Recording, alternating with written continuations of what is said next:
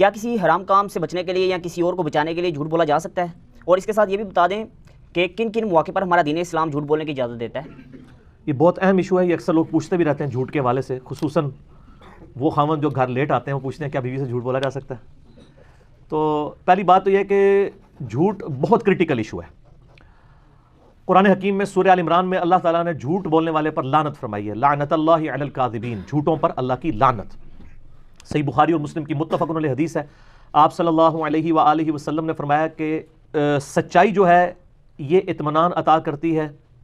اور جنت کی طرف لے جاتی ہے۔ انسان سچ بولتا رہتا ہے یہاں تک کہ اللہ کے ہاں صدیق لکھ دیا جاتا ہے، اور جھوٹ جو ہے یہ گناہ کی طرف لے کے جاتا ہے، اور انسان جھوٹ بولتا رہتا ہے یہاں تک کہ وہ کذاب اللہ کے ہاں لکھ دیا جاتا ہے۔ اور کئی احادیث ہیں، آپ کو مشکات المصابیح میں زبان کی حفاظت والا جو چیپٹر ہے اس میں یہ ساری حدیث مل جائیں گی، کیونکہ اب سوال ڈیفرنٹ ہے، میں اس کے اوپر ہی آتا ہوں۔ اس کے باوجود اسلام نے 3 مواقع کے اوپر جھوٹ بولنے کی اجازت دی ہے، لیکن وہ بالکل جس کو کہتے ہیں ایبسولوٹلی جھوٹ نہ ہو بلکہ توریتاً گفتگو کی جائے۔ اس میں یعنی ایک حدیث کے اندر اس کی ڈیٹیل آئی ہے۔ ایک تو قرآن حکیم میں آئی ڈیٹیل سورۃ النحل کی آیت نمبر 106 کے اندر کہ اگر کوئی شخص جان بچانے کے لیے کلمہ کفر بول دے اور اس کے دل میں ایمان ہو تو ہم اس کے اوپر گرفت نہیں کریں گے۔ تو ظاہر ہے کلمہ کفر سب سے بڑا جھوٹ تو کلمہ کفر ہی ہو سکتا ہے نا، تو کلمہ کفر جان بچانے کی غرض سے بولا جا سکتا ہے اگر دل میں ایمان ہو۔ باقی عام حالات کے اندر بھی جھوٹ بولنے کی اجازت ہے۔ بخاری اور مسلم کی متفق علیہ حدیث ہے کہ نبی صلی اللہ علیہ وآلہ وسلم نے 3 مواقع پر جھوٹ بولنے کی اجازت دی ہے۔ نمبر 1 جنگ کے موقع کے اوپر، وہ بخاری میں حدیث بھی ہے نا کہ جنگ تو ہے ہی دھوکے کا نام ہے، ٹھیک ہے۔ اور نمبر 2 لوگوں میں صلح کرانے کے لیے، یعنی 2 مسلمانوں کے درمیان آپس میں دل میں میل آ گیا تو ایک شخص کے سامنے دوسرے کی آپ اس حوالے سے بات پیش کر سکتے ہیں، یار وہ تو تمہارے سے بڑی رسپیکٹ کرتا ہے، ایسا یعنی طریقے سے بات کی جائے کہ اس کے دل میں اس کے لیے نرمی آئے اور وہ آپس میں صلح کر لیں۔ اور تیسرا میاں بیوی بھی خامند سے جھوٹ بول سکتی ہے اور خامند بھی بیوی سے ضرورت جب پڑے، اور وہ بھی کوشش کرنی چاہیے کہ توریتاً ہو، بالکل واضح جھوٹ نہ ہو، ایسی بات ہو زو مانی کہ جس کے دونوں مطلب بنتے ہوں۔ مثال کے طور پر میں نے کئی دفعہ بتایا کہ فیصل آباد میں ایک بریلوی عالم دین ہے، ان کے پاس کافی لوگ آیا کرتے تھے، اب تو بوڑھے ہو چکے ہیں، تو انہوں نے اپنے کمرے کا نام لاہور رکھا ہوا تھا۔ جب کسی سے نہیں ملنا ہوتا تھا دروازے پہ آ جاتا تھا تو وہ بتاتے تھے کہ وہ لاہور گئے ہوئے ہیں، یعنی اپنے کمرے میں لاہور میں۔ تو یہ بھی ایک یعنی یہ توریہ ہے نا، یعنی وہ بات بھی ٹھیک ہے۔ اس طریقے سے توریتاً اگر بات کی جائے نا کہ کہنے والا مانا اس کمرے کا لے رہا اور سننے والے کو دوسری سمجھ آئے، لیکن یہ ضرورت بھی ہونی چاہیے، خام خواہ نہیں کہ پوری زندگی توریے میں ہی آپ نے گزار دینی ہے، وہ کام نہیں ہونی چاہیے جہاں بالکل آپ کو فساد کا اندیشہ ہو۔ آپ وعدہ کرتے ہیں تو جو وعدہ پورا نہیں کرتا اس کا تو دین ہی کوئی نہیں ہے، مسند احمد میں حدیث موجود ہے، یہ تو نہیں ہو سکتا۔ پھر تقیہ آپ کر سکتے ہیں، میرا تقیہ کے اوپر بھی کلپ ہے، سورہ آل عمران میں موجود ہے، کافروں کے شر سے بچنے کے لیے اگر کوئی تقیہ کر لیتا ہے، یعنی ڈر کی وجہ سے الفاظ کو ایسے بول دیتا ہے تو جائز ہے۔ اور اس میں وہ بڑی مشہور حدیث ہے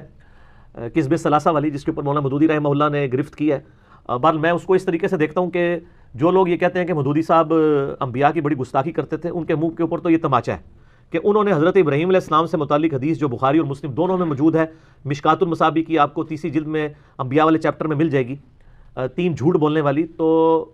مولانا مودودی نے اس حدیث کی صحت ٹھیک ہوتے ہوئے بھی اس کے متن کے اوپر تان کر کے اس کا انکار کر دیا کہ اس سے نبیوں کی توہین لازم آتی ہے کہ نبی جھوٹ بول رہا ہے۔ تو جو شخص اس لیول پہ احتیاط کرتا ہو اس کے بارے میں کہنا ہے وہ نبیوں کا گستاخ ہے تو بالکل جھوٹ ہے۔ یہ تو بالکل اسی طریقے سے کہ کوئی کہنا شروع کر دے جی مولانا مودودی جو تھے وہ ناسبی تھے، ٹھیک ہے، اور صلاح الدین یوسف صاحب رافضی ہیں، یہ تو پاسبل نہیں ہے نا، وہ بالکل 180 ڈگری ہیں، تو ایسا نہیں ہے۔ بل وہ حدیث بالکل ٹھیک ہے، اس میں سمجھنے میں فرق ہے، وہ توریتاً ہے، اور یہ زندگی میں اس کے مواقع ایسے آتے ہیں کہ انسان کو توریتاً بعض اوقات ایسی گفتگو کرنی پڑ جاتی ہے۔ وہ حدیث اس طرح ہے کہ حضرت ابراہیم علیہ السلام کے بارے میں نبی صلی اللہ علیہ وآلہ وسلم فرماتے ہیں کہ 3 مواقع پہ انہوں نے جھوٹ بولا تھا، اور جھوٹ سے مراد یہ توریتاً گفتگو کی تھی، اور یہ توریہ کا لفظ میں ثابت کروں گا کہ وہ جھوٹ نہیں تھا، وہ سٹیٹمنٹ ایسی تھی کہ جو سمجھنے والے کو غلط سمجھ آئی، اور انہوں نے اس طریقے سے بولی کہ اس کے دونوں معنی نکل سکتے تھے۔ اس میں جب انہوں نے بتوں کو توڑا تھا جو سورۃ الانبیاء میں آتا ہے، اینڈ پہ بڑے بت کے کندھے کے اوپر انہوں نے کلہاڑا رکھ دیا،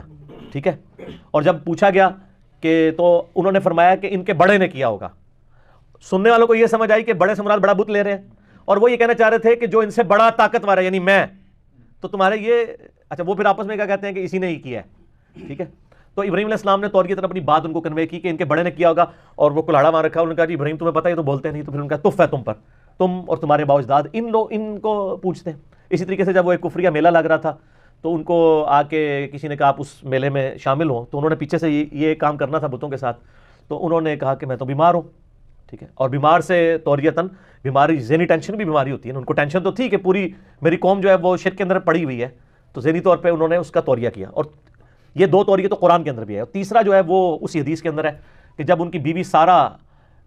کو بادشاہ کے دربار میں بتایا گیا کہ حضرت ابراہیم کی بیوی بڑی خوبصورت ہے، تو اس نے کوشش کی کہ حضرت ابراہیم علیہ السلام کو قتل کروا کے تو اس سے شادی کرے، تو ابراہیم علیہ السلام کو جب بلایا گیا تو ابراہیم علیہ السلام نے حضرت سارہ کے بارے میں کہا کہ وہ میری بہن ہے، اگر وہ بیوی کہتے تو وہ اس کو قتل کروا دیتے۔ ابراہیم علیہ السلام واپس آئے، اس میں بخاری مسلم میں الفاظ ہیں، ابراہیم علیہ السلام نے کہا کہ سارہ میں نے اس بادشاہ سے یہ کہا ہے کہ تم میری بہن ہو، اور یہ میں نے اس لیے کہا کہ اس وقت میرے اور تمہارے علاوہ روئے ارض پہ کوئی مسلمان نہیں، تم اسلام کے رشتے میں میری بہن ہو، اسلامی بہن۔ یہ جو پورشن کلیئر کر رہا ہے کہ ابراہیم علیہ السلام نے یہ سارے توریے کیے ہوئے ہیں، ورنہ وہ تو سراطن جھوٹ بن جائے نا۔ انہوں نے پھر کہا کہ میں نے اسلام کے رشتے میں تو ظاہر ہے جو ہے وہ ماں بیٹا اور باپ بھی بھائی ہیں اسلام کے رشتے میں، ٹھیک ہے، اسلام کے رشتے میں ایک صحابی ہو اور ایک قیامت کے قریب آنے والا آخری مسلمان، اسلام کے رشتے میں تو سارے بھائی ہیں، باقی تو وہ ایک رسپیکٹ والا معاملہ تو اپنی جگہ ہے۔ تو بیوی اور خاوند بھی بہن بھائی ہیں اسلام کے رشتے میں، ٹھیک ہے، اور ویسے وہ ایک ازدواجی تعلق تو ہے اپنی جگہ، یعنی اسلام کامن دین ہے۔ تو یہ 3 انہوں نے جھوٹ بولے تھے اور توریتاً، لیکن نبی کی شان بڑی عرفہ والا ہے۔ حدیث شفاعت بخاری مسلم کی آتی ہے کہ سب لوگ جب قیامت والے دن حضرت آدم کے پاس جائیں گے تو وہ اپنی غلطی کو یاد کریں گے، اس غلطی کو جو معاف ہو چکی ہے، قرآن میں معاف ہو چکی ہے،